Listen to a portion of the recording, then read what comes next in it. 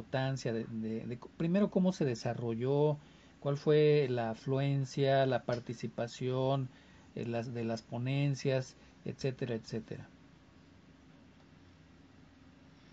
Bueno, había más de 300 participantes y el evento tuve ocurriendo en paralelo, no solamente el Congreso Brasileño de Túneles, sino que también la conferencia del Comité 204 de la Sociedad Internacional de Mecánica de Suelos, Internacional de Mecánica de Suelos y Geotecnia, el Comité de Obras Subterráneas, que es una conferencia tradicional. Esta fue la nona, y entonces por esta razón había muchos participantes extranjeros también, además de algunos convidados del Comité Brasileño para el Congreso Brasileño, algunos convidados que estuvieron el primer día como Søren Eskesen y Robert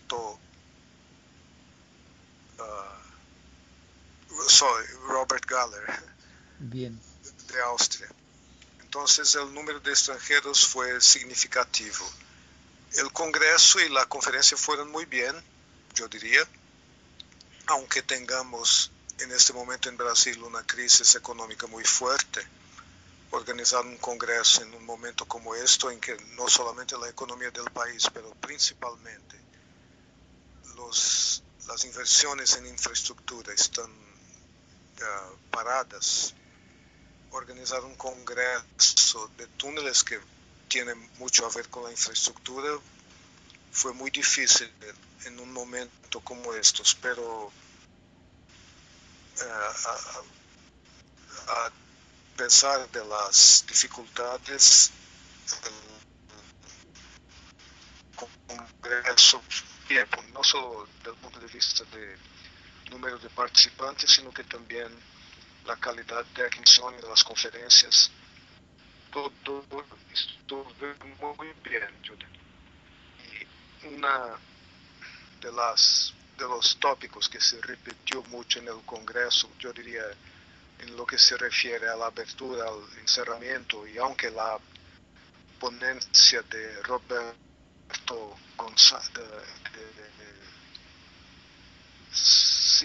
González de México fue exactamente este punto de las inversiones de inversiones en infraestructura continente. Entonces no es solamente en Brasil, sino que vemos que en el mapa del mundo de donde se hacen túneles, nuestro continente latinoamericano está en una posición muy débil, yo diría.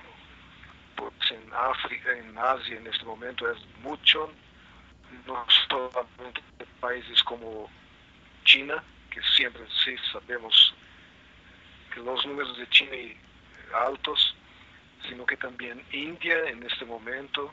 Yo tuve la oportunidad de poner algunos de los números de India en mi en mi manifestación durante la abertura del Congreso. Después tenemos Europa, claro, que siempre, yo no diría que la infraestructura en Europa en este momento está a se desarrollar tanto, pero aunque cuando no hacen mucho, los números son mucho mayores que los números de nosotros. Entonces, esto, mucha gente utilizó esta información, incluso en una de las últimas charlas, que fue de Roberto González de México. Él hizo una comparación entre los números de Brasil y de China, y los números son, yo diría, humillantes para nosotros de nuestro continente. Pero una de las finalidades del Congreso no es solamente cambiar informaciones técnicas, sino que también cambiar informaciones de cómo debemos hacer para cambiar esta situación y para que tengamos una infraestructura mejor. Bien, respecto de las ponencias, ¿podrías mencionar algunas que fueron muy relevantes? Sí, la ponencia que ha ganado el premio, la comisión técnica hizo una evaluación de las ponencias y la que ha ganado el título de mejor, el premio de mejor ponencia ha sido una de las personas del Metro de São Paulo, es una nueva manera de evaluar la abrasividad de los macizos con respecto al desgaste en máquinas tuneladoras.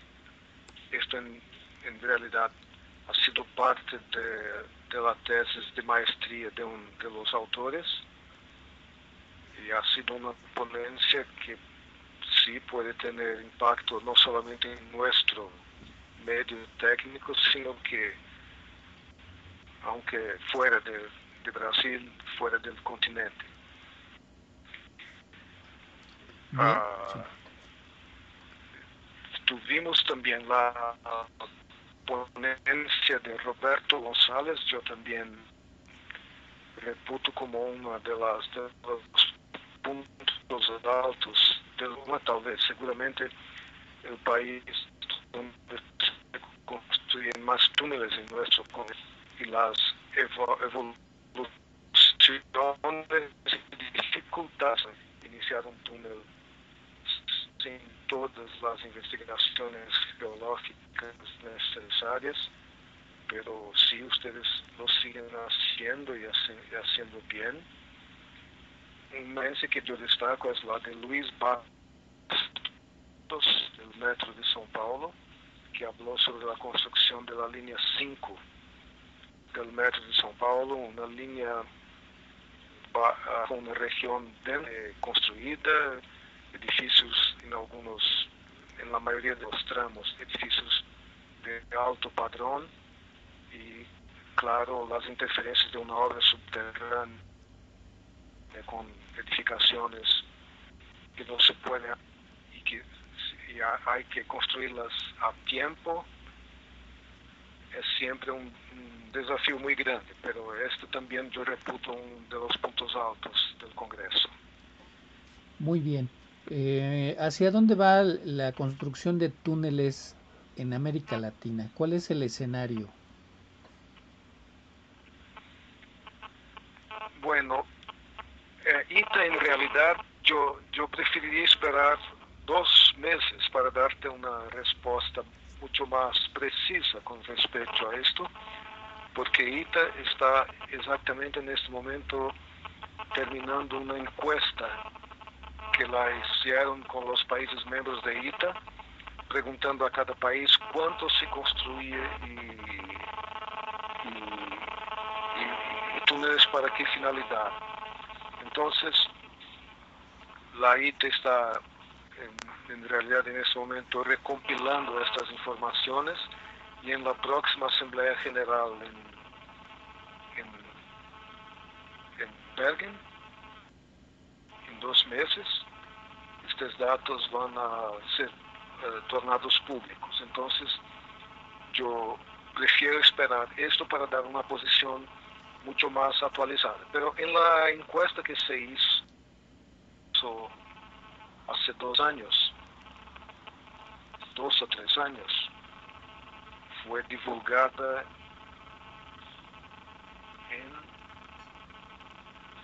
probablemente hace dos años. La posición del continente latinoamericano no llegaba a 2% del mercado mundial, que es muy poco para la importancia que tenemos nosotros como continente desde el punto de vista de economía mundial, no solamente de población, sino que también de economía.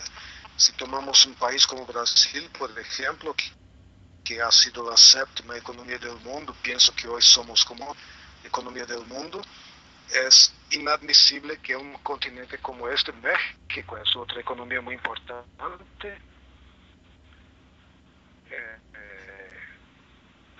Argentina, aunque esté en este momento en una posición, digamos, pero también son países algunos importantes, pero es muy poco tener solamente 2% del mercado mundial de túneles, cuando tenemos algunas economías importantes en el escenario mundial.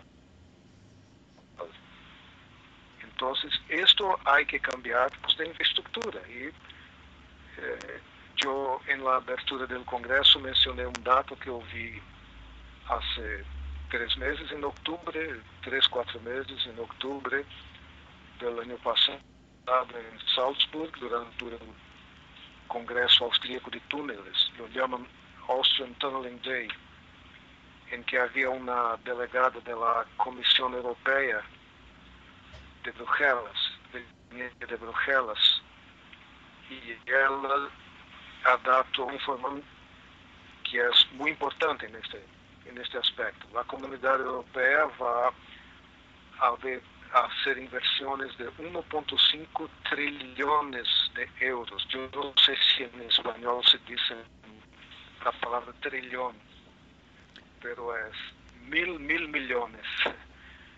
Y 1.5 trillones de euros durante 15 años, que es un promedio de 100.000 millones de euros por año, todos los años. Esto no significa inversiones con dinero público, sino que privado también, y no todo en infraestructura de obras civiles. Hay muchas de estas inversiones para infraestructura en telecomunicaciones, en el sistema financiero, etc. Pero gran parte sí será para la infraestructura de obras civiles.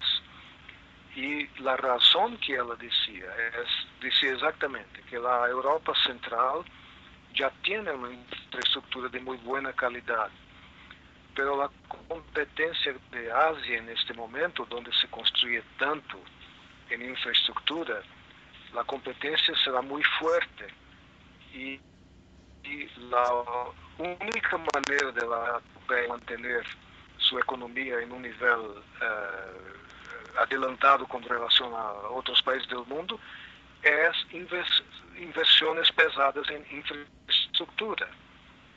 Entonces, cuando una persona de la comunidad europea dice una afirmación como esta, cuando miro para nuestro continente, donde no solamente no se está haciendo una inversión de 100.000 millones de euros por año, sino que tenemos un backlog terrible. Si yo miro a São Paulo, por ejemplo, tenemos menos de 100 kilómetros de red de metro. Ustedes en México tienen más que 200. En Sud tienen 400 kilómetros. Esto para solamente citar 3 ciudades que empezaron a hacer metro en los años 70. Y nosotros en São Paulo somos los que tenemos. Entonces, como yo decía, hay un backlog muy grande de infraestructura que no se ha hecho en las últimas décadas. Entonces, tenemos muchas razones para hacer inversiones en infraestructura, mucho más que la comunidad europea, que en este momento la hace de manera tan fuerte. Entonces, tenemos que convencer nuestros gobiernos de cuánto se debe investir bien en infraestructura de calidad, obras que tengan consecuencias buenas para la economía, para la población. Muy bien. Entrando en otro tema,